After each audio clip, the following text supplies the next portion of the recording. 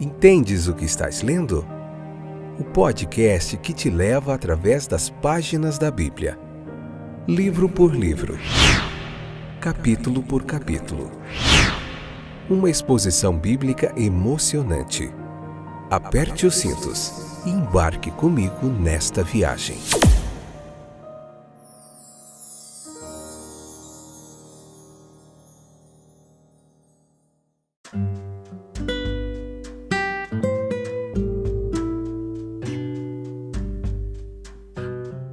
Olá, eu sou o Fábio, estou de volta para mais uns minutos de aprendizado da Palavra de Deus com você.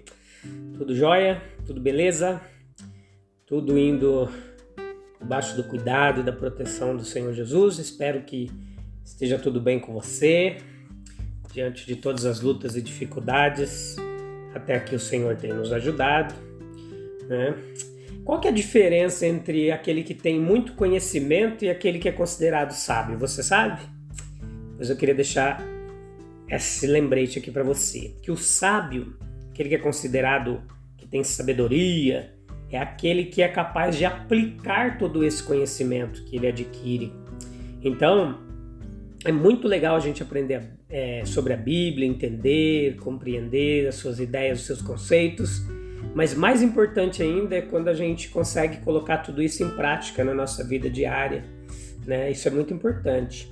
Então hoje nós vamos continuar vendo João capítulo 11, a parte 2, episódio número 122, segunda temporada. Vamos continuar meditando um pouquinho sobre esta relação de Jesus com aquela família da cidade ali de Betânia, né? Aquela família que tinha Marta, Maria de Betânia e Lázaro, né? Nós vemos muitas Marias na Bíblia. Tem Maria, mãe de Jesus, Maria Madalena, Maria de Betânia. O que não falta é Maria ali nos evangelhos. E aqui é a Maria de Betânia. Vamos lá então meditar mais um pouquinho para a gente entender. Se possível, leia o capítulo 11 para você compreender o que nós estamos falando aqui. Vamos lá. Jesus fez por poucos, mas muito poucos, o que fez por Marta e Maria. Mas afinal, não devemos exagerar o ato com que ele os confortou. A ressurreição de Lázaro não foi como a ressurreição de Jesus, não. Lázaro por 2 vezes conheceu as dores da morte. Jesus virtualmente diz a todos que vivam para que quando eles se forem, os sobreviventes não sejam levados a delicadas hipocrisias a respeito deles, como se estivessem embranquecendo seus sepulcros para agradar os enlutados. Entre os amigos do nosso Senhor Jesus, nós vemos, entre os amigos do Senhor Jesus, ninguém foi mais afetuoso ou mais fiel do que aquela família favorita de Betânia, né? Em meio aos seus problemas, o primeiro pensamento das irmãs foi Jesus. Elas enviaram a ele uma súplica sincera para que ele viesse e pudesse socorrê-las. Quando ele veio, como elas pensaram que era tarde demais, elas o acolheram, o honraram, se apoiaram em sua simpatia e professaram sua crença de que, mesmo agora, seu caso não estava além do alcance de seu poder e compaixão. Tudo isso implicava fé. Mais particularmente, a fé dos discípulos foi fortalecida por esta ação do Senhor Jesus. Em parte foi por causa deles, para que eles pudessem acreditar. Eles haviam testemunhado muitos exemplos de seu poder, e eles deveriam ver agora a prova definitiva da onipotência daquele em quem confiavam e honravam. Muitos judeus incrédulos foram convencidos. Alguns desses não teriam, com toda probabilidade, ficado impressionados com o espírito solidário de Cristo. Caso ele tivesse ido a Betânia e tivesse tido pena da família triste e salvado Lázaro da morte. Mas quando viram seu vizinho ressuscitado dos mortos, esses homens acreditaram.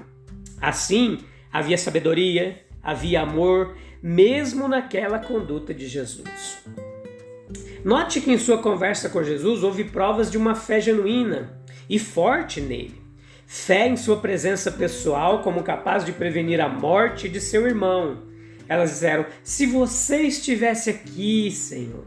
Ela tinha plena confiança na eficácia de seu poder, influência, na sinceridade e no calor de sua amizade, para ficar entre seu irmão e a morte, se ele estivesse presente.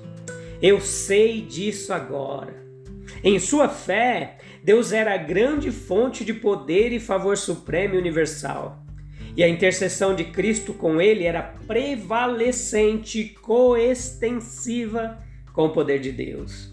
Sempre presente, sempre disponível. Que todos os mortos ressuscitarão no último dia, né? Esse problema aqui tem confundido muitos intelectos brilhantes e abalado a fé de muitos gigantes considerados poderosos, levando-os até mesmo à sombra da dúvida e da descrença. Este grande e misterioso fato foi um ponto importante em sua fé e poderia dizer a Jesus com serenidade e plena confiança, como ela falou: eu sei que ele ressuscitará, mas lá no último dia. O poder de Cristo é limitado por lugar. Se você estivesse aqui, em sua fé, a presença ou a ausência de Jesus fez toda a diferença no que diz respeito ao exercício de seu poder poderoso e amigável. Presente ele faria, poderia. Ausente ele não poderia, como ela acreditava, né? Sua fé compartilhava amplamente do caráter de sua religião e tinha tendência de localizar a energia, o poder divino. Nisso, ela era muito diferente daquele que se considerava indigno de que Cristo viesse até sob o seu teto, lembra? E não havia necessidade. Fala apenas uma palavra e meu servo será curado. Nisto sua fé era certa e forte, mas Marta estava errada.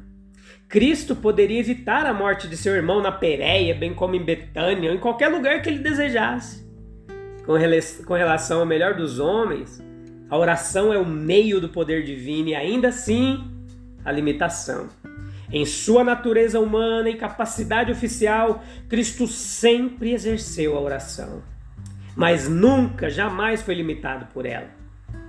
Ele estava realmente acima disso.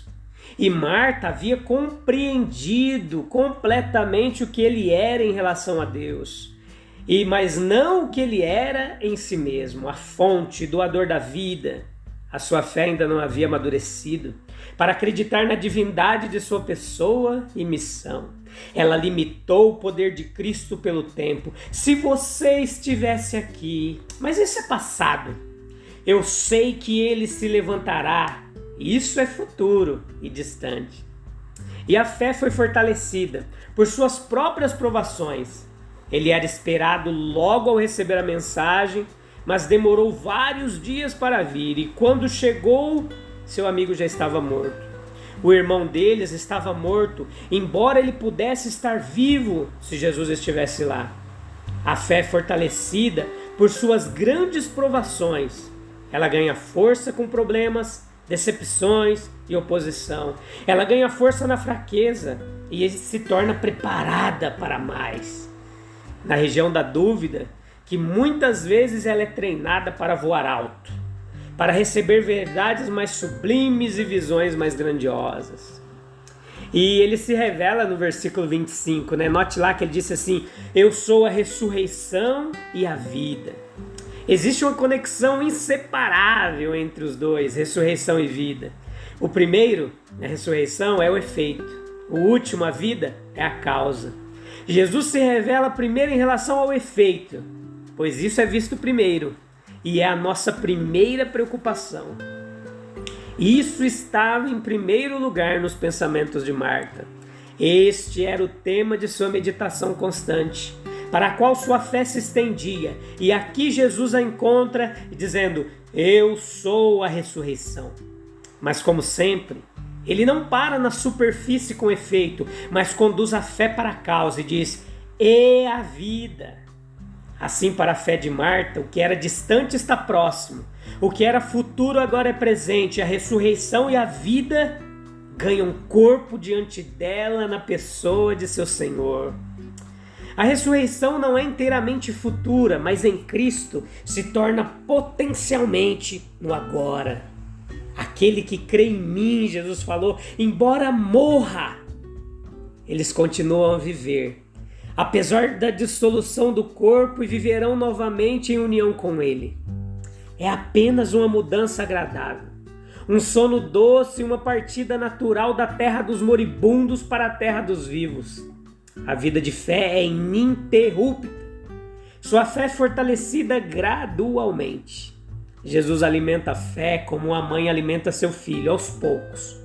E ele ensina a fé a se mover como a mãe ensina seu filho a andar, ou como a águia ensina seus filhos a voar. Ela os leva nas costas e voa alto, bem alto, e os joga no ar amigável, e repete o processo até que eles próprios sejam capazes de alcançar as altitudes mais elevadas. Assim Cristo ensinou a fé de Marta, de maneira gradual e útil. Sua ausência, a morte, a decepção e a dúvida. Mas ele chega por fim, e em sua presença bem-vinda e palavras reveladoras e esperançosas, a fé obtém um lugar de descanso. Teu irmão ressuscitará. Assim, gradualmente, pelo exercício e apoio divino, a fé é ensinada a voar alto, até que finalmente ela alcança as grandes alturas da ressurreição e da vida. Sua fé o aceita totalmente como Cristo, como Filho de Deus. E algumas lições práticas aqui para nós finalizarmos. Em algumas direções, muito pode ser esperado de Cristo. Se tu estivesses aqui. Há uma ligeira queixa nessas palavras, como se Cristo estivesse destinado a estar lá. Mas ele não tinha obrigação de manter nem mesmo Lázaro vivo. Muitas vezes é esperado de sua presença pessoal, tempo, atenção, serviço. Ele tinha outros lugares para visitar, outras coisas para fazer, outras necessidades para suprir e propósitos próprios a realizar. Alguns são ignorantes e egoístas o suficiente para monopolizar Cristo e seus ministros para servir aos seus próprios fins pessoais e privados. Mas nas direções corretas, muito pouco se espera dele. O apetite é frequentemente mais agudo pelo físico do que pelo espiritual, né?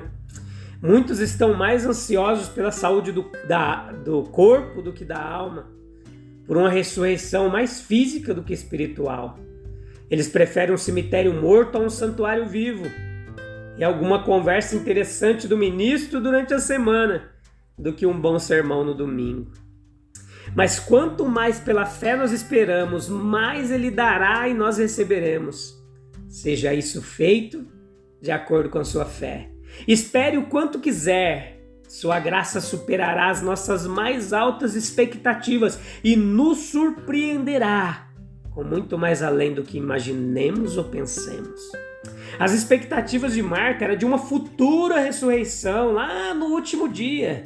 Mas Jesus a surpreendeu com a ressurreição presente. E aquele dia se tornou um dia de ressurreição. A necessidade e a importância absoluta da fé em Cristo, meus amigos.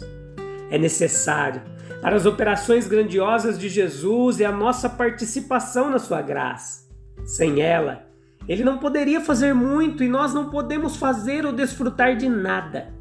Mas com ela, em relação ao nosso maior interesse, Cristo é onipotente, por meio dele somos eternamente felizes e abençoados. Aquele que crê em mim, embora esteja morto, viverá. Essa é a nossa esperança. Que Deus te abençoe, eu te espero em breve para nós continuarmos meditando no próximo episódio, ainda nesse capítulo 11. Um abraço, fique com Deus. Até breve, tchau, tchau.